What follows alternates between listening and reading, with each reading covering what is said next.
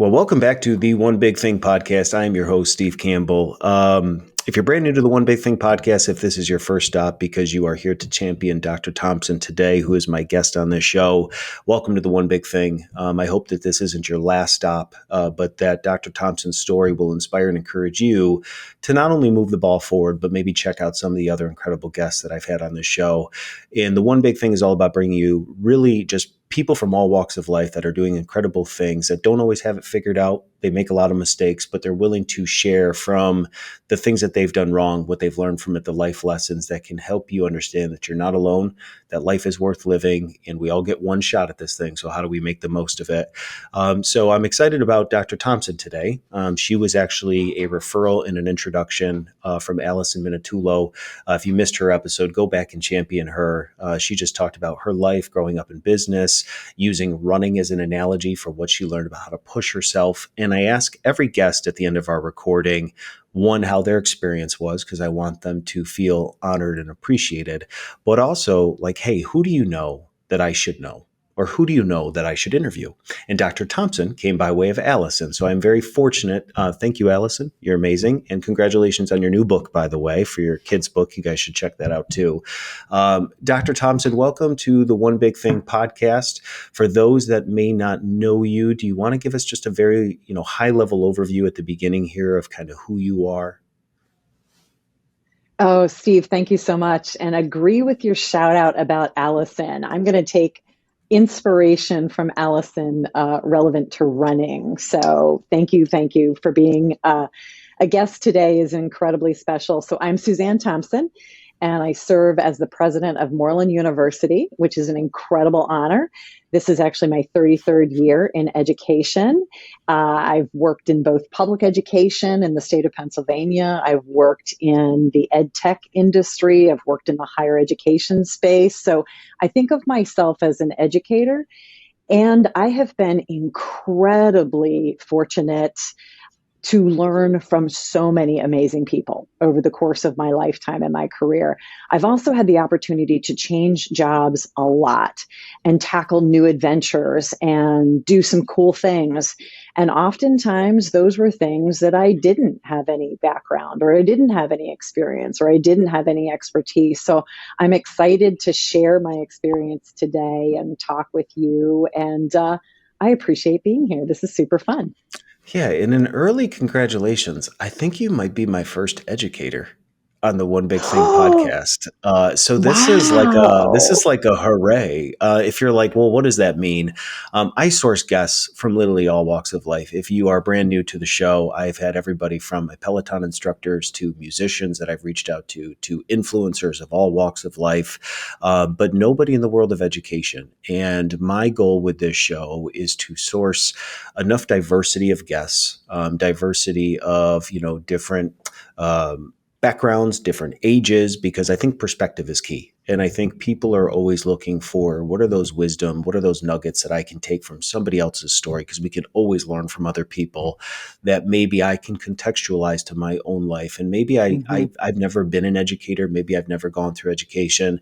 If you guys missed my last episode, I had Holly Francis, who is a survivor of a rare disease called Guillain-Barré syndrome. Her episode was phenomenal as she talked about this disease that affected her that she never asked for right after having her first baby. And just now she's the face of this. She's the face of this rare disease. You might have listened to that entire episode and said, man, I've never been through anything like that.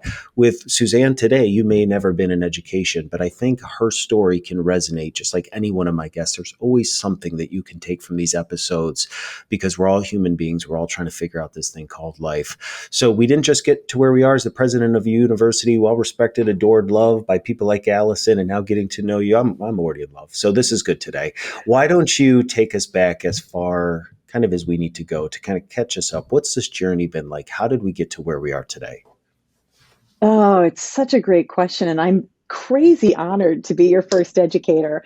I will say that being in the field of education has been such such an amazing career experience. It's an amazing industry. It's vast. It's all about people connection. It's about supporting each other. So I'm a huge advocate of the industry and would encourage all your listeners to get curious and get excited about thinking about a career path or a role or some way they can contribute to education in their own local community or in their own area.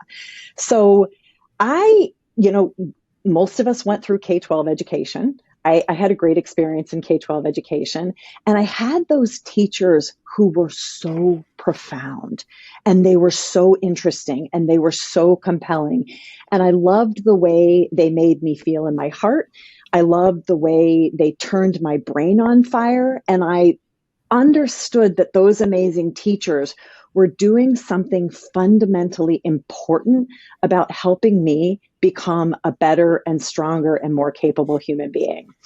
And when I got to college, I was like, I have more of these amazing people. They're my faculty colleagues that are teaching me in these classes. And I thought, maybe like many of us at 17 or 18 years old, what the heck are we going to do with our life? Like, what are we going to do? What job are we going to do? And I realized I had so much respect and so much excitement, and I got caught on fire and was inspired when I was around amazing teachers. So I thought, hey, maybe I should give that a try.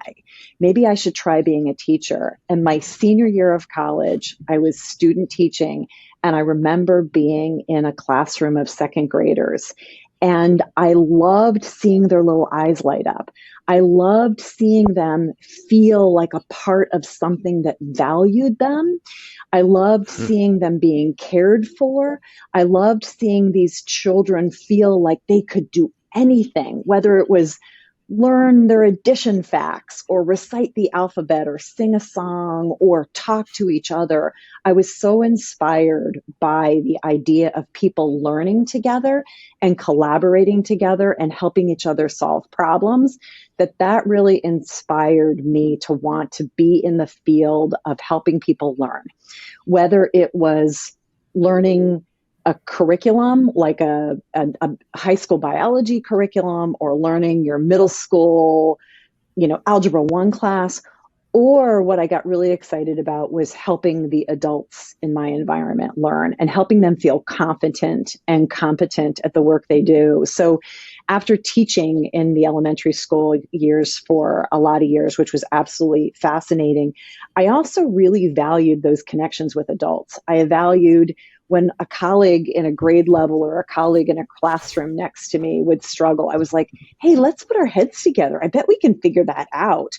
I really believed in the power of people putting their heads together, and that when we do that, we're able to champion almost anything. So that led me into thinking, maybe I should be a principal. Maybe I should be an instructional coach. Maybe I should be an educational consultant.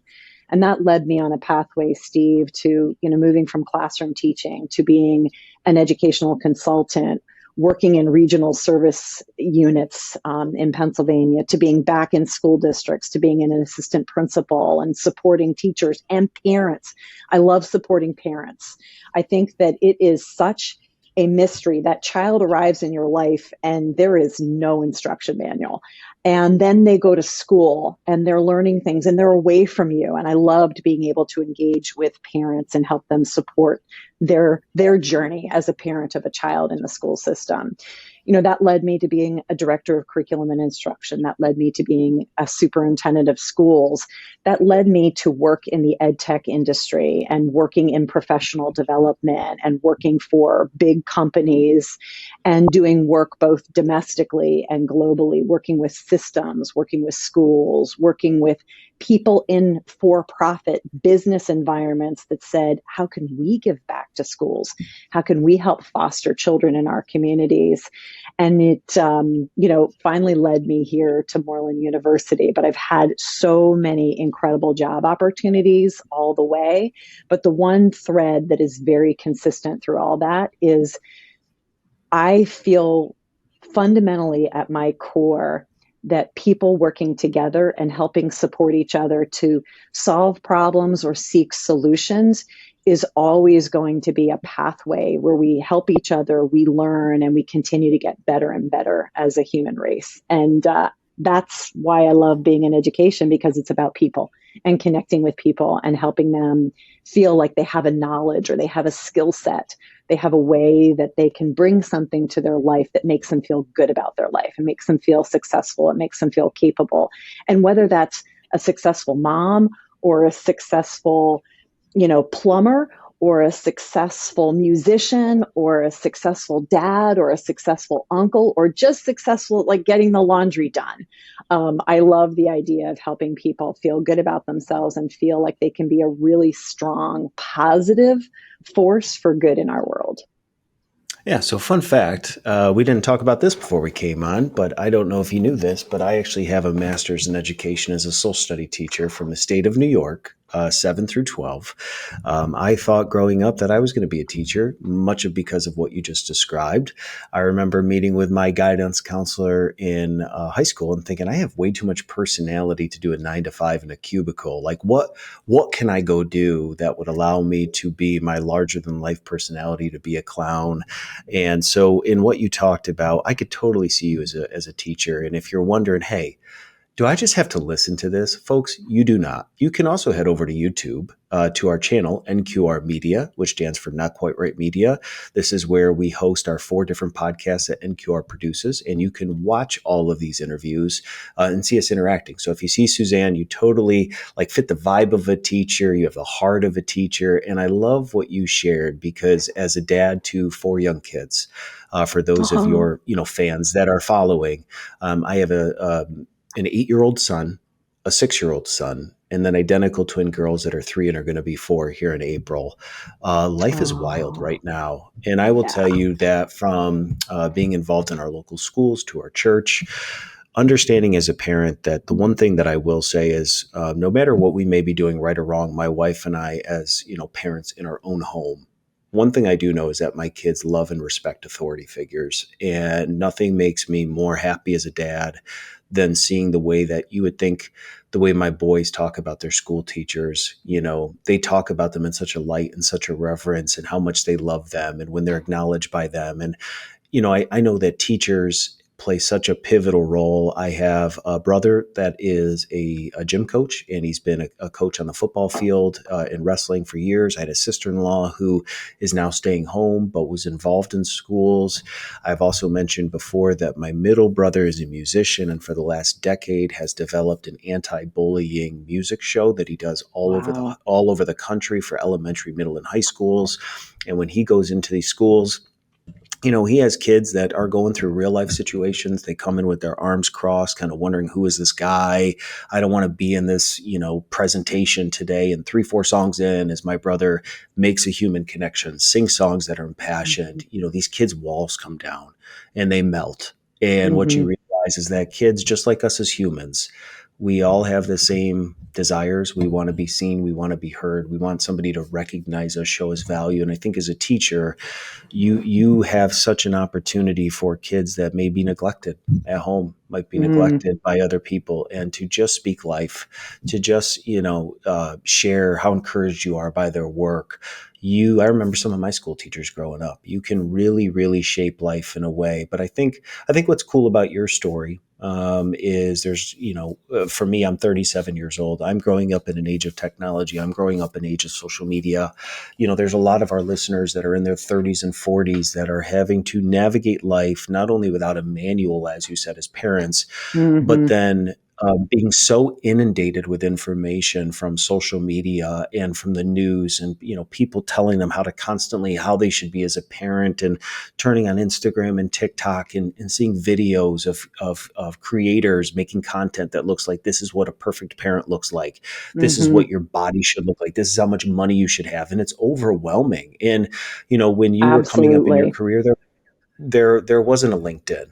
There wasn't Mm-hmm. some of these sources today. So there's a lot of young people that are not trying to, but they're measuring themselves against their peers. And so maybe you are a listener today that has, like Susanne, in which I want to get into, maybe had a non-traditional path to where you got to. Maybe you switch jobs every few years. And as much as that's exciting, there's also an insecurity that comes with that, because it may not feel like your path to success has been as stable as maybe other people. And when you go to LinkedIn and you see colleague, people in your sphere that are doing incredible things, and you look at their bio on LinkedIn, and it's, they've been at the same job for 10, 15 years, and they've moved up in a company, and you look at your summary, and it's like you were here for a year, then here for 6 months, then 2 years here.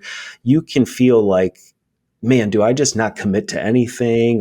But sometimes I think it's just a path of kind of taking opportunities as they come, and running with it. And so I think talking about your non-traditional path would be kind of a cool next part to go into, because you talked about starting off in the grade schools and now you're the president. Congratulations, you are the president of a university. Like, what has that journey been like? What are the lessons that you've been learning along the way that could kind of speak life, speak truth, or encourage somebody out there who might feel like their path isn't this straight and narrow path, but it's been this winding, ever changing? Like, what has that journey been like for you personally? Oh, it's such a good setup, Steve. And maybe to break down some myths that lots of folks might have. My path has not been straight. My path has not been easy. I've dealt with a fair bit of ambiguity at times and the unknown. And yes, it can be overwhelming and it can be frightening. And I think that it's okay to wrestle with those items. I really feel strongly that we should take the pressure off of ourselves to like chart that perfect path or say, like, I have my 10-year plan. I think that my journey has been more about being focused on doing good work with people and making a difference in that work, and thinking about each day as a new opportunity to solve something, to create something, to make something better for somebody around me. And through that, keeping my eyes very, very wide open to opportunities and keeping my eyes open to what else could we be doing. I think that I have a mindset of continuous improvement. And I also really recognized that I was that senior in college that graduated with not a super clear plan on exactly what I was going to do post college. And I was feeling a bit like a failure for not, I don't have a 10-year plan. I don't have everything mapped out.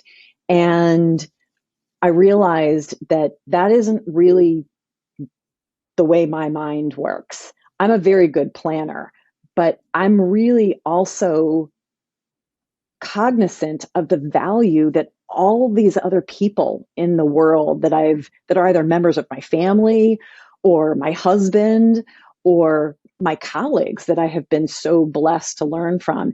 Every single day is a new opportunity to value those voices, to hear things and learn things. And in my mind, if I had mapped out a 10-year plan, I might miss some really important opportunities. I might be focusing myself in so narrowly that I might forget to pick my head up and look around this amazing world and say, there is so much in this world.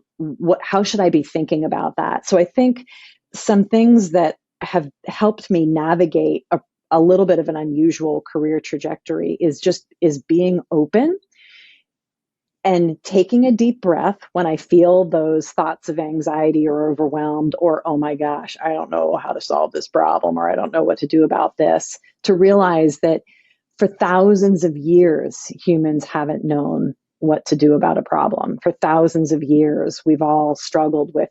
That's where innovation has come through. That's where we build things every day. We create things every day. We have science, we have education, we have healthcare, we have the tech. You reference the technology industry. Look at the innovation that's happened even in the last 30 years.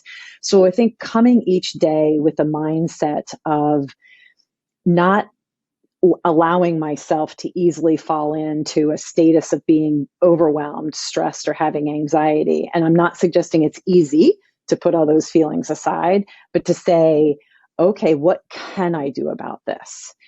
What step forward could I take?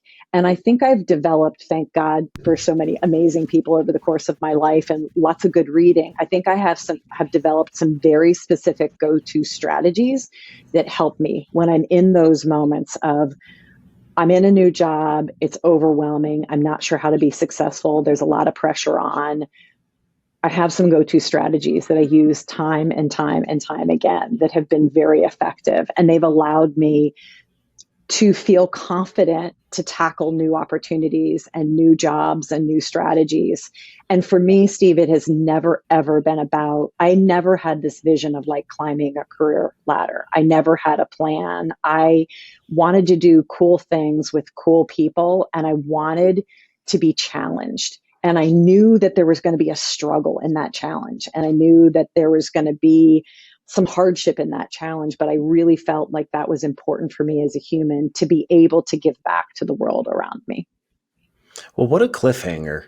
Suzanne, you just said that you have some real things that you do to help you through, and you didn't even go through them. So before I have you do that, because as a podcast creator, I'm really impassioned about, I didn't want to just create a show to have people come on and be very transparent and talk about the anxiousness, talk about the moments that feel overwhelming, and it's just a therapy session for you and I going back and forth.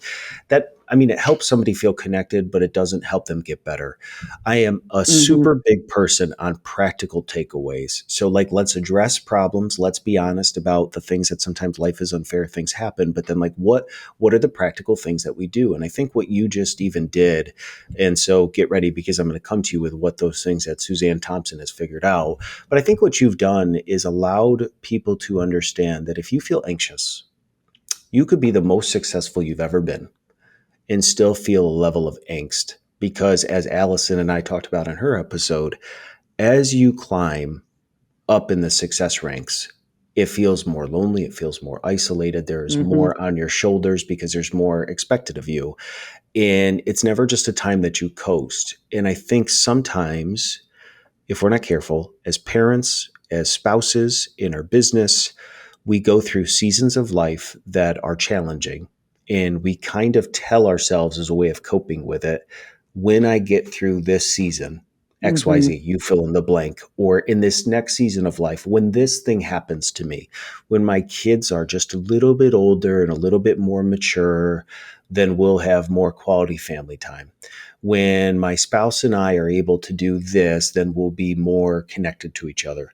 When the pay starts to go up and finances start to increase, then we'll be able to do XYZ. And those are true, but they're also pitfalls if we're not careful, because we can convince ourselves that life is going to be better in the next season of life and rob the current season that we're in the opportunities that are presenting itself to us to grow and to be shaped by them. And so when I talk with all of these people, not just you, but musicians and athletes and Peloton instructors, the common theme has been that like life sometimes is really unfair.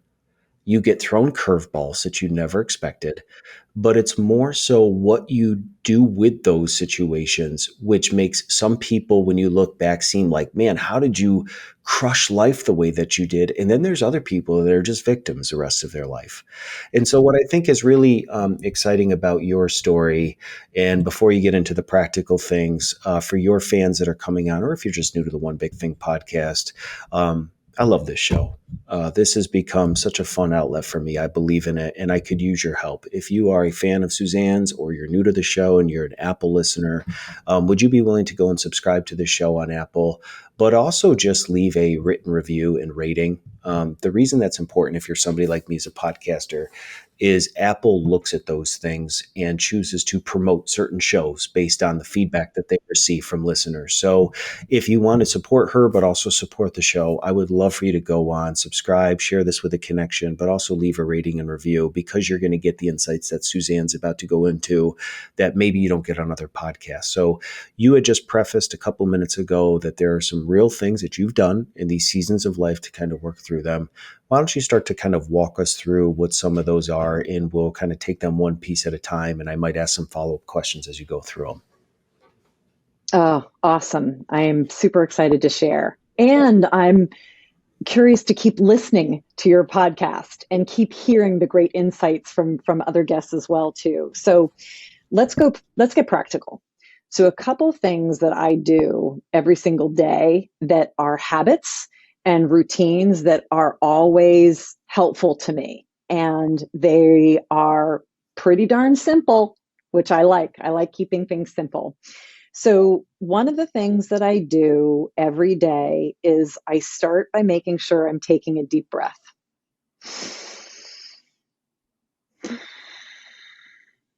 That might sound simple, but it does a lot to sort of loosen my mind and my thoughts and help me feel confident in being able to tackle, to your good point, whatever comes at me this day, which might be the plan I have set out for the day, or it might not be the plan I have set out for the day.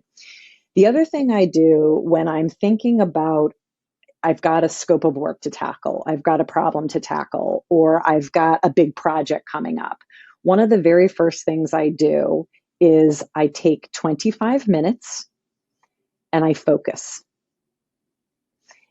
If you're not a fan of the Pomodoro technique, I would encourage anybody to look at the Pomodoro technique. I think it's been a fantastic technique for me.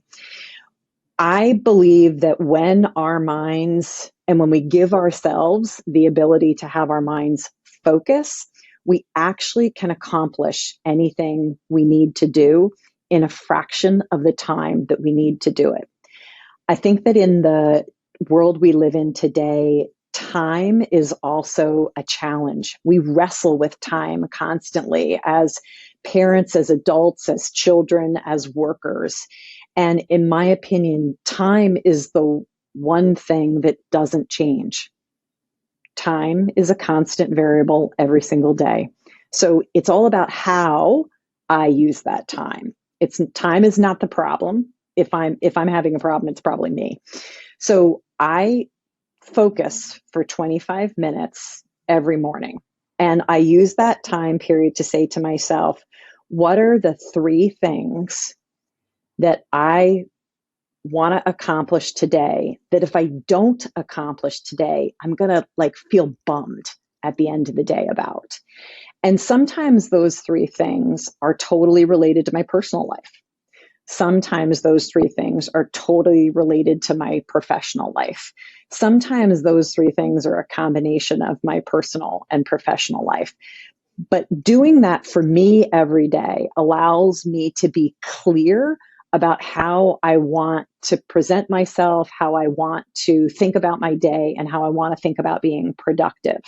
So I start my day every morning doing that, and it's very purposeful. I don't use more than 25 minutes, and I actually set a timer. Little timer on my cell phone, set the 25 minutes, and I don't pay attention to anything else during that time period. I don't have notifications going off. My phone isn't ringing during that time period. I have nothing that's distracting my mind during that time period. And it allows me to really think deeply. And here's what happens over those 25 minutes. I start with the three things that I want to accomplish and I want to feel good about for the day. And then I say, but is that really what will make me feel good at the end of the day? That little brain exercise allows me to be very clear and honest with myself about, one, what can I accomplish during the day? What is going to be meaningful? What is going to make the biggest impact on my organization, my employees, my colleagues, my clients during that day? And what's going to have the most benefit to me or my family during that day in order to allow me to bring my best self to the table every day for my job or my family or my friends? So that 25-minute focus strategy, and that is what I use first thing in the morning.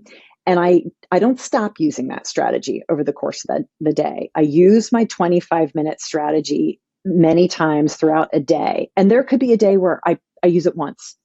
And then there could be another day where I use it 4 or 5 times. There's no recipe to it. It's about what I need.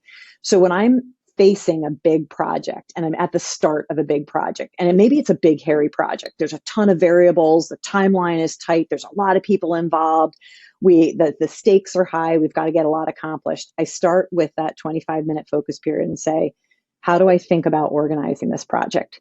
Who do I need to talk to? What are the things that I don't know already? What should I read to increase my knowledge about this project? Who are my experts who know a heck of a lot more about this project or parts and pieces of this project than I do? So who are some of the people that I can count upon as being great thought partners in helping me accomplish something? So the reason I use that 25 minutes and I don't think about anything else during that time period other than the very narrow focus that I'm trying to solve for, the problem or the project that I'm trying to solve for, is that every single time I've done that, Steve, I've found that in 25 minutes, my brain, by allowing my brain to be focused, I'm able to make more progress in that 25 minutes than I am if I spend 6 hours with distractions and like phone calls or beeps happening or text messages coming in. So my message around this is giving ourselves the grace to allow ourselves some think time, because you said it earlier, there is a huge amount of information in our world today. There's a huge amount of information, facts, media bombarding us every day. And I think we should turn that off for short periods of time and allow our brains to do what our brains are better than almost anything else on this planet is to think about how we want to approach something, to think about how we want to tackle something. So though that 25-minute focus period is incredibly important to me, I also sometimes use it in really simple ways. I'm guessing that at times a struggle for everybody listening to the podcast is like, I've got thousands of emails. How do I get through all my emails? Or how do I get through all my messages? Sometimes I set that timer and say for 25 minutes, I'm going to crank through emails and I'm just going to knock them out. But training yourself to focus on one thing during that time period allows you to walk away from that time period feeling crazy productive. And I think when we feel productive and we feel like we've solved something or we feel like we've taken care of something, we feel like we can bring our best self to our day. And even if it's like 25 minutes, I'm going to do ironing today. For 25 minutes, I'm going to do meal prep today. For 25 minutes, I'm going to walk on that treadmill today. Or for 25 minutes, I'm going to walk around the block so that I get some exercise. Or for 25 minutes, I'm going to stand and take some deep breaths. Or for 25 minutes, I'm going to look outside at the sun today. Or I'm going to look outside at the trees today. But for 25 minutes, I'm going to allow myself the ability to really focus on something that's important in my life or my industry. Yeah, and I think what you just said is you dropped kind of a truth bomb in there, that time is not the issue; it's probably us. And I think, when you're on podcasts, you're here because you want to acquire new information that can help you in your journey, and there's a lot of self reflection that has to happen. I would want listeners of this show to not be blaming things beyond their control that are influencing them, but to be really practical and honest about their own life and what they're doing, so that they can be self-reflective. And if you're listening to the super practical thing that you just shared, which I love, there may be people who might be thinking, Susanne, how am I supposed to come up with 25 minutes in my life? And maybe you lived, when this episode comes out, we're early into 2024. We're going to be starting a new year, a lot of life goals. A lot of this is going to be the best year yet, which I'm a total believer in. I love that. But then there is also just the reality of, what didn't work in the last year. And if you want to see real life change, then just doing the same thing and expecting a different result is not going to line up for you. And so what are the things that you need to do differently to create change? And it's not that it costs you something, but you need to realign priorities and responsibilities so that your principles match up with who you are as a person. And maybe rather than spending 25 minutes once the kids go down for bed at night endlessly scrolling Instagram trying to fill a need in your life that doesn't need to be met, and I'm speaking for myself here, folks, this is for Steve, this is not for anybody else, but if it helps you identify, then please enter in. Rather than spending 25 minutes at night living your life through the lens of what other people are doing, go to bed 25 minutes earlier and set your alarm for 25 minutes earlier the next day so that you can get up. Because I'm sure there's a lot of listeners that are, in the thick of life. They're raising kids, they have a family, they're starting a career, they want to get up, they want to get out. But if all you're doing is when that alarm goes off, hopping in the shower, making coffee, getting dressed and going on and doing your day, there is a fundamental truth to warming your brain up, warming your soul up, becoming in tune with the day. Many of us grew up playing sports. You didn't just show up at a field and just start running. You spend time warming up your muscles. It's funny how you said this is such a simple, practical thing, but we don't think about that all the time. We just do life. We constantly react to life as it happens. What my goal is as the host is to help you move from a place of reacting to being ready, being prepared, and being proactive for how you approach every day. And if the only thing that you heard from Susanne today is that time is not the problem, it's probably something that we're doing. There's a truth to that. Whether that's hard to digest or not is up to you. But if that's the reality of, you know what, she's absolutely right, well, then now here's a super practical thing you can do in 25-minute increments to start to align your life and prioritize. Like, what do you need to do today? And I think that's the hard part, right? As somebody who is in a little over their mid 30s, you have these high water marks age wise that we're all going through. When you reach 25, when you reach 30, when you reach 35, when you reach 40, in these times when a birthday comes, are a really sober reminder that you're getting older and that time is moving faster, or so it seems, but it's still constant. Life moves faster because you're also living it through the life of your kids who are getting older, your parents who Hmm. are getting older. I know for me, I've struggled with the fact of I don't feel older than when I was 18. My body feels older, but I still like have this like weird sense of like, I don't know if I'm made out. Like, why do people listen to me? Like, why I can't make these decisions. Like, I need like my parents to make this decision. And then it's like, wait, I'm 37 years old and I have 4 children. And like, I say this all the time and I don't mean it jokingly, but when Father's Day comes around and people are like, Steve, happy Father's Day, I'm kind of like, what?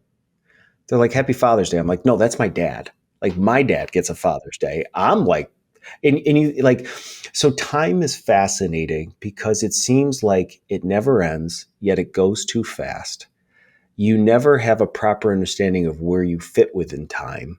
And it can seem like seasons go on forever, but then in a blink of an eye, you look back over the last 10 years in the seasons of life that you were stuck in that you felt would never end. Now you look back and you're like, oh, yeah, that wasn't so bad.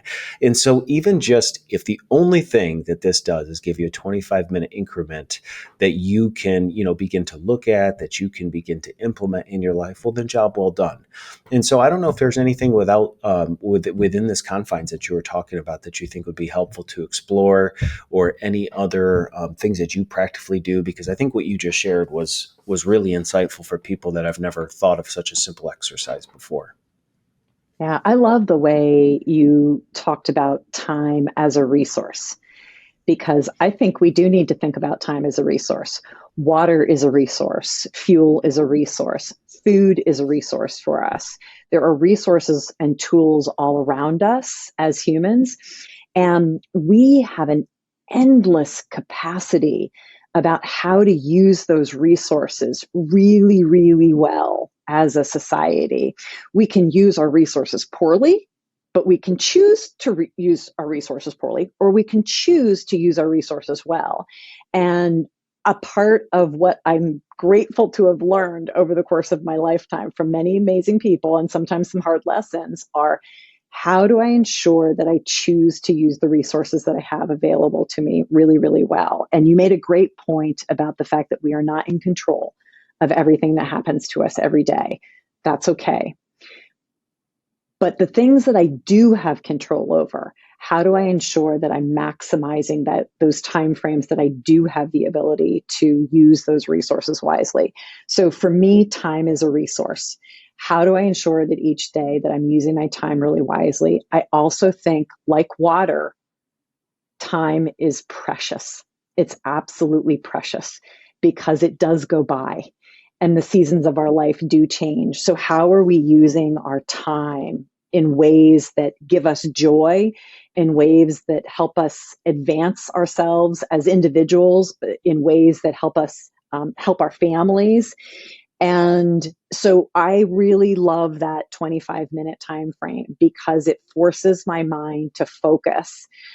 Another technique that my husband and I started doing many, many years ago that was a innovation off of this 25-minute time period is that the 25-minute time period helps me get through some really short-term pieces, like helps me get through a day or helps me think about a project or helps me think about a scope of work that I want to get accomplished.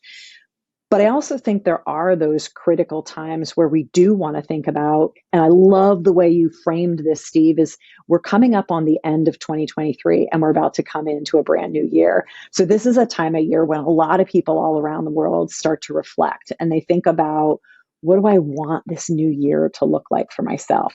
So the little innovation that my husband and I created together from this 25-minute increment is we sit down with each other at least once a month, but we always do it more intentionally between Christmas and New Year's every year. We sit down and we make sure we have like 2 hours. There's no phone calls, there's no text messages, there's no distraction. And we usually do it over a cup of coffee or maybe a cocktail in the evenings. And we look at each other and say, where do we want to see ourselves in the next 3 months or 6 months? Or where do we want to be as a couple or as a family or as a career? We're great communicators to support each other's dreams and goals. And we intentionally have a conversation about that. What do we want to accomplish? And because we do it together, one, I think it's a lot more fun. And you could do this with a best friend, you could do it with a parent, you could do it with a colleague. So it's a lot of fun, and it allows, we kind of push each other to think more deeply about some of those bigger rocks or those bigger goals in life and how we want to accomplish that. We also do a great job of holding each other accountable if we are trying to tackle way more than is humanly possible. And we're also great at supporting each other to be able to accomplish those goals. I love doing that with my colleagues here at work. Let's be reflective. What are the things that we're so proud of in 2023 as an organization? What are those things that were really benchmarks of accomplishment? And what are those things that we want to think about in terms of improvement next year?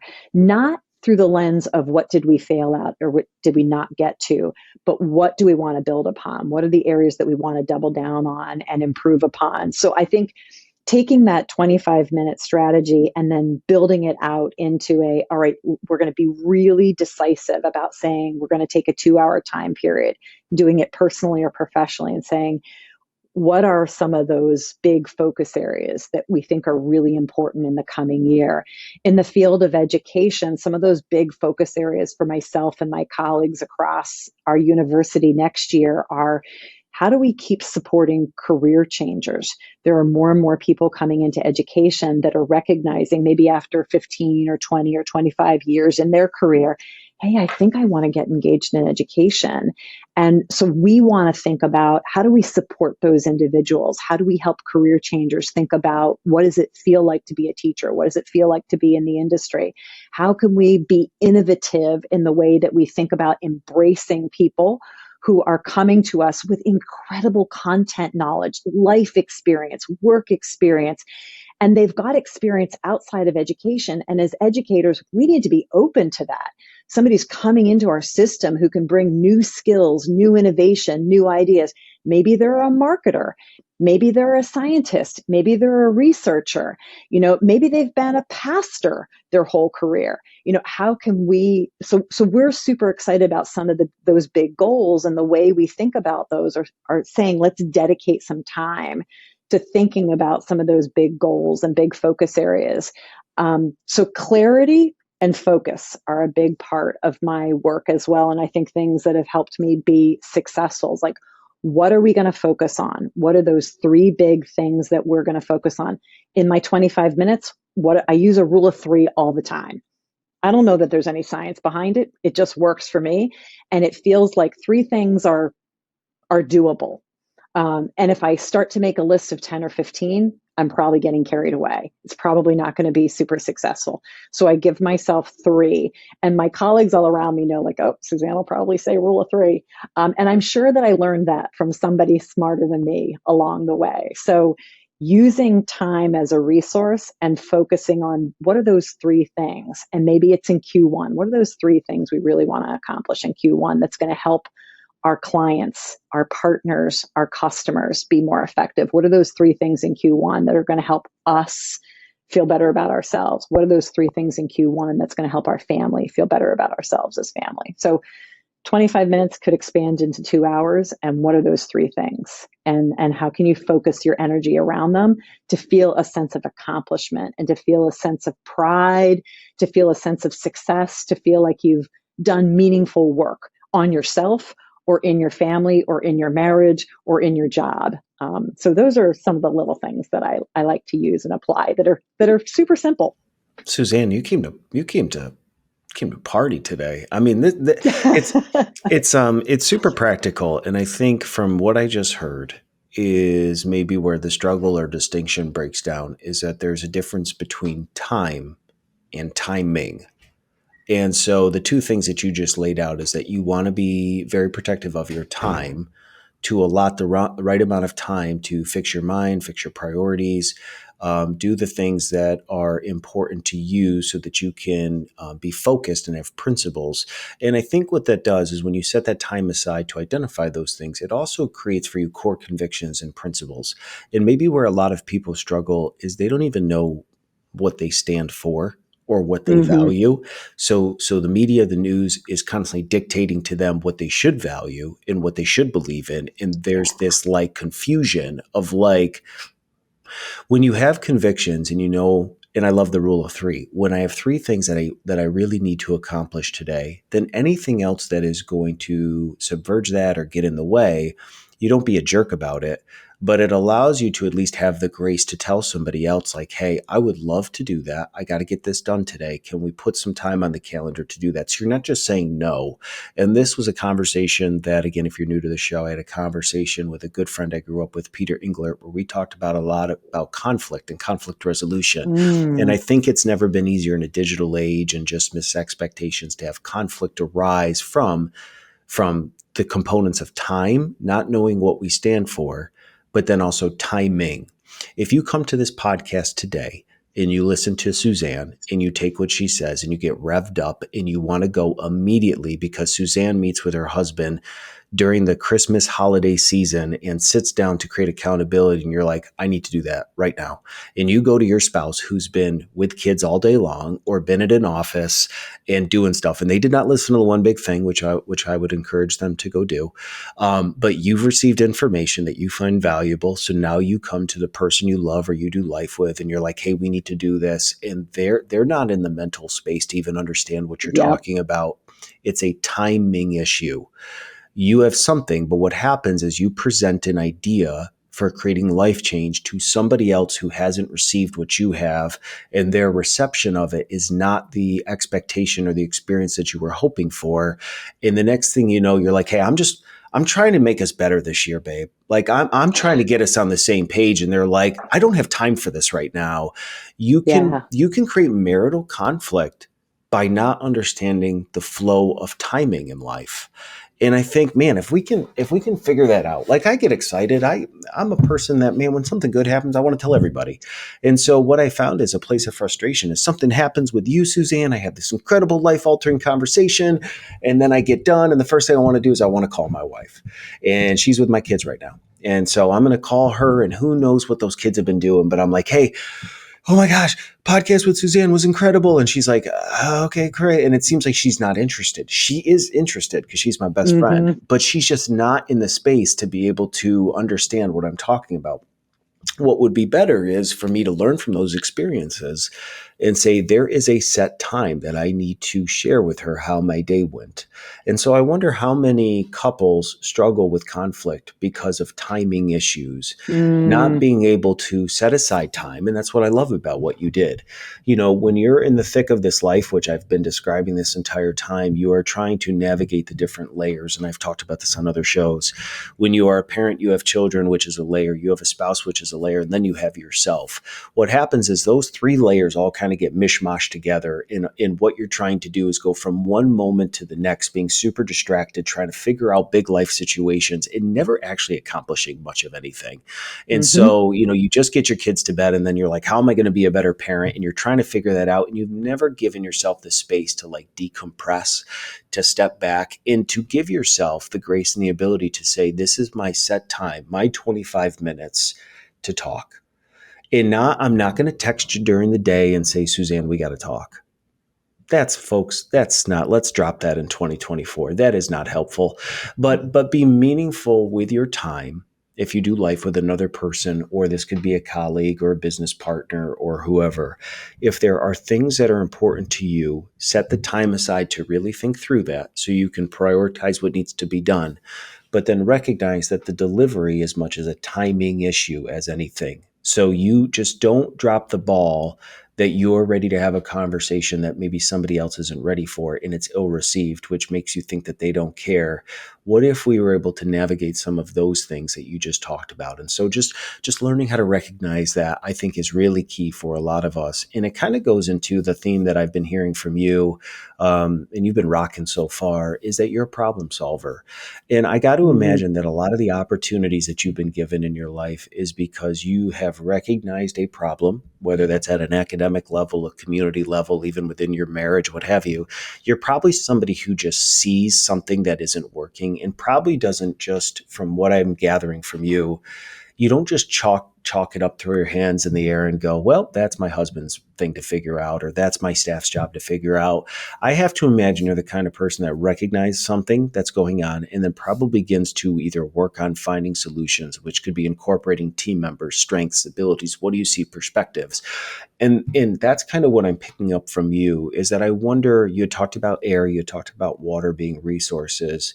There's just resources and people that are in our life. And so there's maybe people that are out there today feeling stuck, feeling isolated, feeling like nobody hears them. Maybe you Mm-hmm. have not been tapping into the resources of people that are around you to, again, set that time aside, talk with a friend and say, look, these are the goals that I have. This is what I'm working on.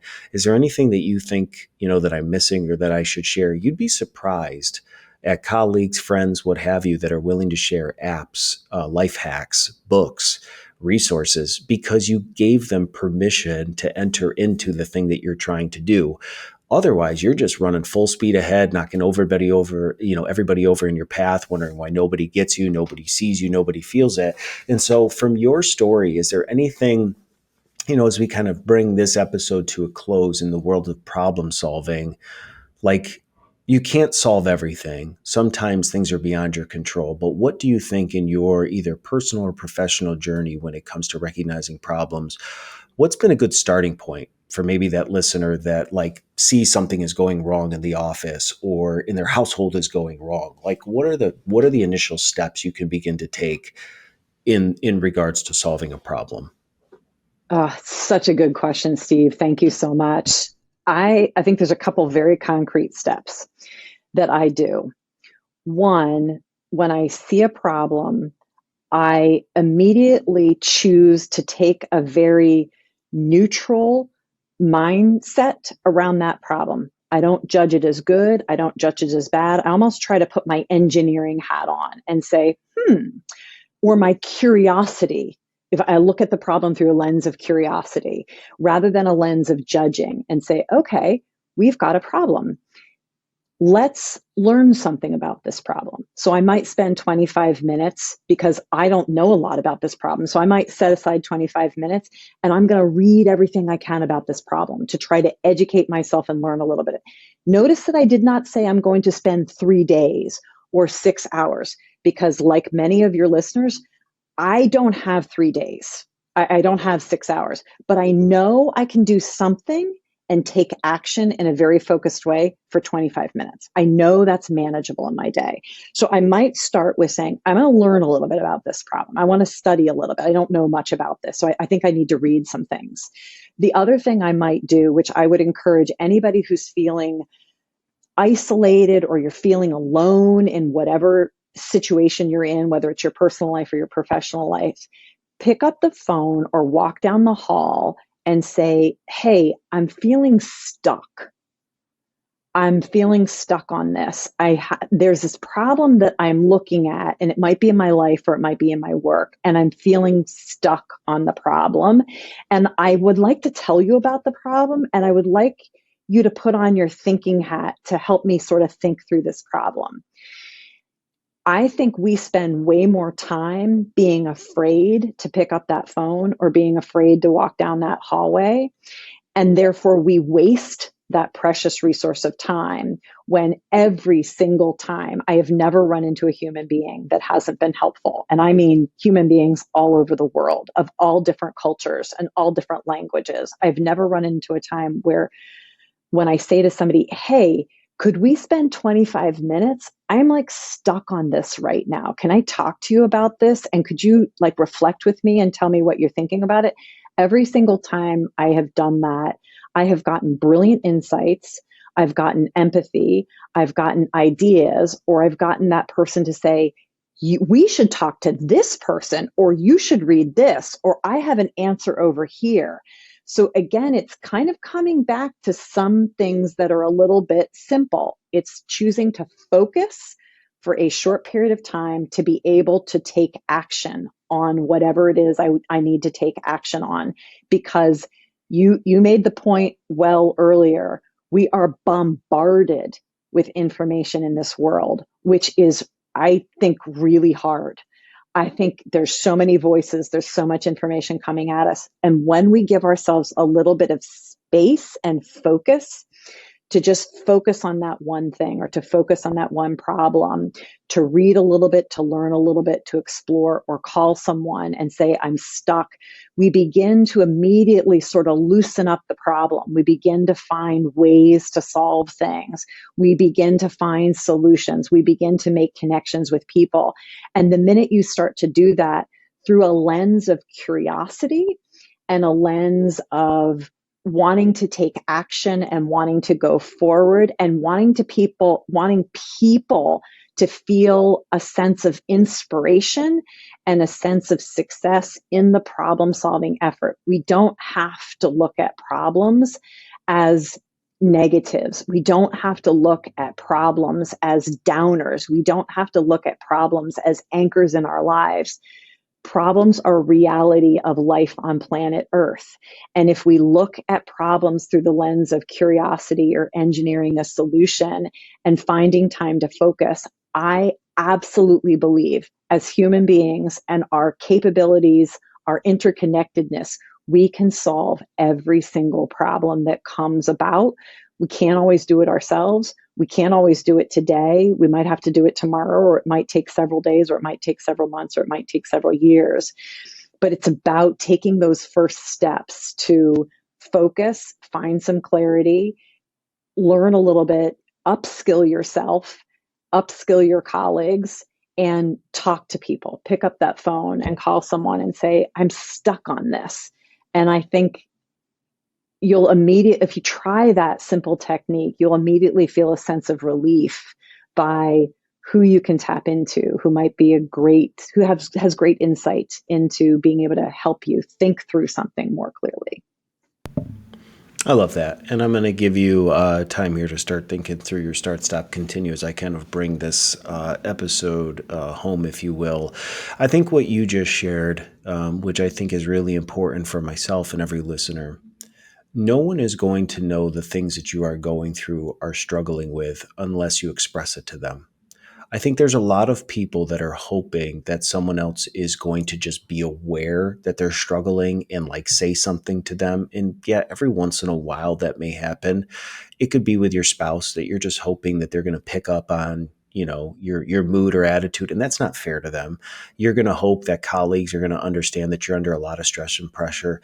There's a difference between like you complain all the time to people so they're aware that you're going through stuff versus just carrying this weight all the time and expecting other people to recognize it versus I think what you just said, which is recognizing the people around you, having empathy, being transparent, being open and honest, and being willing to not complain, but come to somebody and say, I feel a little stuck. I'm not really sure what to do with this. And I think you would be pleasantly surprised. And obviously you have to go to the right person and the right source. So don't just be foolish with this. But if you will really in full timing, don't catch them at a wrong time and like what we just talked about. But if you'll be really open with people and say like, hey, this is an area in my professional life that I'm struggling with, or, my personal life, is there anything that you think that I'm missing or I'm not seeing or that I should look at? I think you'd be pleasantly surprised how many people are willing to help you, because at the end of the day, it is easier to help other people than it is yourself. We are the hardest ones self-wise to make right. I may know that I need to eat better, take care of myself, get to the gym and do all of that. It's a matter of actually doing it. If I saw you and I was trying to champion you, it is so much easier for me to give emotional bandwidth to you and be like, Susanne, come on, we got to do this. You got to get out there. You got to go train, because it's not you. So I think that this episode was powerful. I think it was super practical, which I appreciate. And I think for being my first educator, you absolutely nailed it. But again, if you are new to the One Big Thing, I always conclude every show with a segment that I call Start, Stop, Continue. I found that this is just a really fun way to get to know our guest in maybe a way that if you've never resonated with their story, or, maybe there are some aspects to the show that you're like, I don't really get it, or it wasn't for me. I think this ending is always super helpful. So Start, Stop, Continue. I ask my guests to come up with one thing they want to start doing, one thing that they want to stop doing, and one thing that they want to continue doing it. So Susanne, what you can do is whatever order you want to go in, just give us whatever the action is, followed up by whatever it is you want to work on, and then we'll bring this episode to a close. Oh, it sounds like an awesome plan. Thank you so much, Steve. So, something that I am excited about starting to do is that I don't often give myself time during the day to just take a few minutes to relax. I'm pretty task oriented. I'm pretty focused on my work. My days are really full. And it dawned on me that I should be using my time technique to find a little space to just do something that I want to do. And I'm going to do my timing technique. So I'm going to set a timer for myself. And I'm probably going to start small. I'm probably going to set a timer for 15 minutes and say, I'm just going to do some fun for me for that 15 minutes. Or maybe I'll set it for 25. And it could be reading something. It could be taking a walk. It could be searching online for a beautiful sweater that I think I need. It's something that's just really something I want to do, but I don't do a good job of that currently. So I'm going to start using my little timing technique, and each day set aside 15 minutes of like, what do I want to do? Like something that's really for myself. I think we don't do a good job of taking care of ourselves often as people. Like, so just doing that. I'm going to start doing that. I'll let you know how it goes. The one thing that I want to stop doing is that I want to be sure that I am never feeling like I'm racing through the day. And some of the techniques I use are really, really helpful in that regards. But I'm going to take away the wisdom from all the podcasts that I've listened from you and some of the other guests. And I'm going to start thinking more about how do I end my day, and because I start my day really meaningfully, but I think I'm going to stop ending my day feeling like I just kind of am exhausted or I race through the day. But how do I apply some of the techniques at the beginning of my day to the end of my day and feeling focused or feeling a sense of peace at the end of the day? So I'm going to stop feeling like I'm racing through the day, or feeling or thinking about my days that way. Something that I am definitely going to continue doing because it has worked for, I won't say 50 how many years, but I am going to keep time blocking. I'm going to keep thinking about time as a precious resource, and how do I keep using time really effectively each and every day, not through the lens of my to-do list, but through the lens of focus and connections with the amazing people that are on planet Earth around me. And how do I keep making a difference in myself, my family, and the lives of my colleagues and the work that we do. And I'm going to continue to think about problems through the lens of curiosity and boldness and joy. And these are things that we have the capabilities to do together as humans. And I think when we take a positive approach, so I'm going to keep taking that positive approach to problem solving and keep taking a step forward every single day. Well, I love the honesty and transparency because I know that that's something that also resonates with me. It's easy for me to get up in the morning before my kids get up, get to the gym, come back, have some devotional time, get my mind right. I do great, before 7 p.m. at night. And then there's Mm-hmm. just something about the end of the day, getting kids to bed, that transition where I struggle. My guard's down, mentally it's tough. So just even you sharing that, it's not just you, it's myself, it may be other people. But I think that this was a just beautiful conversation today that maybe we delved into some things that we didn't know we'd get into. Hopefully, people that know you and love you really appreciated kind of hearing more of your story. For those that have never got to know you, we will have some information in the show notes if they want to connect with you anyway or get to know you more, that they can do that. But Susanne, you were incredible. Thank you for being a guest. Thanks for coming on this journey with me. Thank you for the valuable insights that I think are extremely practical if you want to apply them. But as always, we hope that the One Big Thing is just one show that will help you move the ball forward in your life to really become the best version of yourself that I know you know exists. Maybe we just got to get some stinking thinking and some other things out of the way. So use Suzanne's practical insights to help you. But as always, thanks for being my guest. It was amazing being here, Steve. A huge honor. I'm super pumped to have been able to do this. And I learned a lot from you today. So thank you so much for that.